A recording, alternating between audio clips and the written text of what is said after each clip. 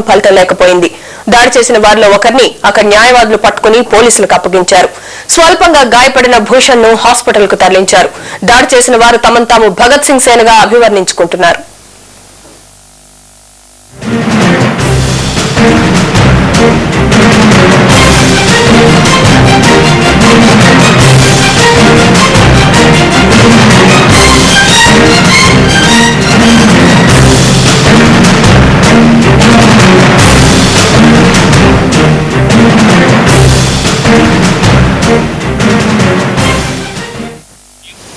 ఇదే అంశానికి సంబంధించి మరింత సమాచారాన్ని అందించేందుకు మా Delhi correspondent Krishna phone line లో సిద్ధంగా ఉన్నారు. కృష్ణ, ప్రశాంత్ భూషణ్ పై దాడికి పాల్పడింది అసలు ఎవరు?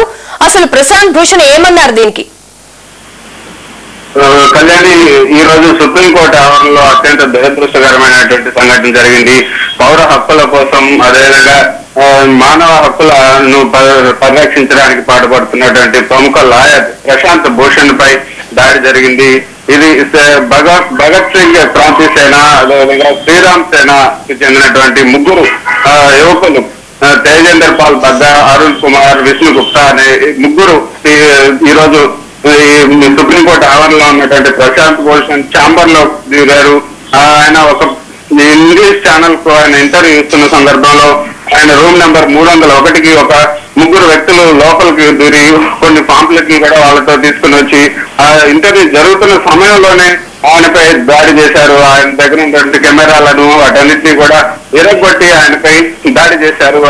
వాళ్ళు తెచ్చినటువంటి నోటీసులపై హిందీ, ఇంగ్లీష్ రెండిట్లో కూడా స్లోగన్స్ రాసుకొని తీసుకొచ్చారు. అందులో if you try to break Kashmir we will break your head అంటూ వాళ్ళు ఆ యొక్క నోటీసులు పాంప్లెట్లలో ఉన్నాయి.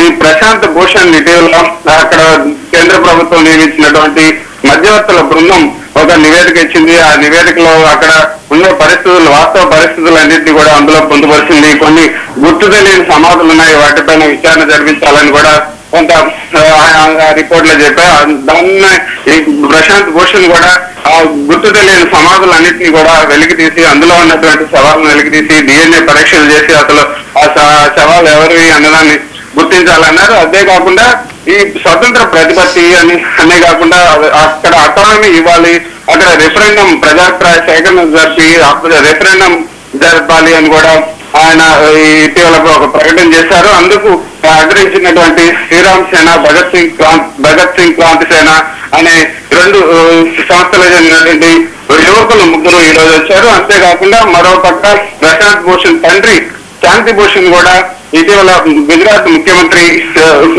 నరేంద్ర మోడీపై కూడా కొన్ని వ్యాఖ్యలు చేశారు. ఆయన కమ్యూనల్ వాది, ఆయనపై మేము ఆయనకు వ్యతిరేకంగా పోరాడుతున్న సంజీవ్ భట్ ఏదైతే IPS ఆఫీసర్ ప్రస్తుతం జైల్లో ఉన్నారో ఆయనకు వ్యతిరేకంగా జరిగినటువంటి కొన్ని సంఘటనలకు సంబంధించి, మత కలవలకు సంబంధించి సుప్రీంకోర్టులో అఫిడవిట్ ఇచ్చినటువంటి IPS ఆఫీసర్ సంజీవ్ భట్ మద్దతుగా నేను పోరాడతాను, ఆయనకు మద్దతుగా నేను ఆయనకు బెయిల్ తీసుకురావడానికి నేను తప్పకుండా కృషి చేస్తానని కూడా ప్రశాంత్ భూషణ్ అన్నారు, శాంతి భూషణ్ అన్నారు.